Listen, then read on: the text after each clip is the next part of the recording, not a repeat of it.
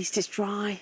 Oh, it's good to see that for the next couple of days. It is, isn't it? My coats are wet. just drying out. Thank you, Carol. I think you're going to say for the next couple of minutes. Thank you, Carol. 6:21. Should we look at the papers, this morning's papers, and no surprise. At 22 minutes past 6, we wanted to catch up this morning on the Post Office scandal and events, because the new Post Office minister has told BBC Breakfast that he's determined to prioritise getting justice for the victims of the Horizon IT scandal. In an exclusive interview, Gareth Thomas MP, who took over the role in July, said he wished he could commit to a deadline for redress for all victims, but that will be difficult. Tim Moffat reports. One of the most widespread miscarriages of justice in UK history. The Post Office scandal has led to wrongful prosecutions and wrecked lives. It's prompted a hit TV drama and a knighthood for the man who inspired it, Sir Alan Bates. The 3-year public inquiry into faulty Horizon software has now entered its final phase. And in July, a new Post Office minister was appointed. Mr. Thomas, thank you very much for your time. You're a few months into your job so far. How are you finding it? This is the single biggest issue in my responsibilities. It's the one that I am determined to give most priority to, because there are so many people still to have a sense of justice restored to them. Campaigners have criticised the time it's taken for all victims of the scandal to receive financial redress. I say make a firm commitment to ensure that this is finished by the end of March next year. I mean, I've spoken to a number of the experts that have been involved, the legal experts, and they seem to think that there's no reason why this couldn't be complete and out the way by March next year. We've been speaking to postmasters who've been caught up in it, and they knew that we were speaking to you. Sir Alan Bates has asked for the government to set a clear deadline of next March, i.e. 6 months' time, to pay redress to all the Post Office scandal victims. Can you commit to that? Well, I agree with Sir Alan that there hasn't been fast enough progress. I think the truth is, looking back, it wasn't until the drama hit our TV screens that action really was stepped up. We're trying to sort out some of the practicalities. I wish I could commit to Sir Alan's time frame. I think it will be difficult to do that. I think we will have made substantial progress by next summer.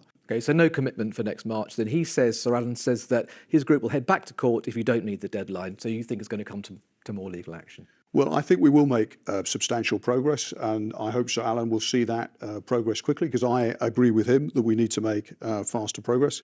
We're trying to unblock the blockages and speed up the process of compensation. One of the main grievances of many of the sub-postmasters is the amount of money and time that has been spent on lawyers. Do you know how much has been spent so far?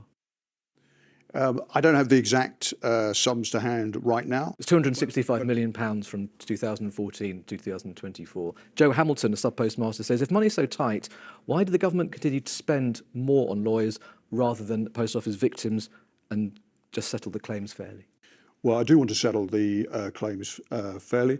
That's why we're accelerating the offer of £75,000, a fixed sum, to as many sub-postmasters who want to go down that route. It's why we've made a clear offer of £600,000 to those who've had their convictions overturned, and it's why those payments are being made.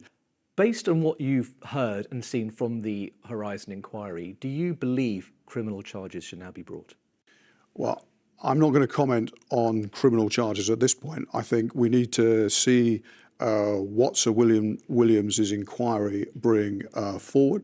I have to say I have been deeply concerned by some of what's come out in the inquiry, and there will clearly be a whole range of steps for government to take after that inquiry as well. You must have an opinion, though. Well, I do have an opinion, but I'm not a lawyer, and so I don't think, as someone who's not a lawyer, I should jump to a conclusion. The minister is here. But in April, speaking on BBC Breakfast, Gareth Thomas's predecessor as Post Office Minister, Conservative MP Kevin Hollinrake, who isn't a lawyer either, said this. People should be prosecuted. That's my view, and I think you and other people I've spoken to, I certainly feel people who are within the post office and possibly further afield should go to jail. Do you agree with him? If it's appropriate that criminal prosecution takes place, then absolutely it should take place. It's for the police to make that judgment, not for me as a minister to make that judgment. But if the police think it's appropriate, then absolutely it should take place. Janet Skinner, sub-postmistress, she asks, why is the post office still in control of the compensation payout? She went to prison, her conviction was quashed, and she says the money that's been offered to her is laughable.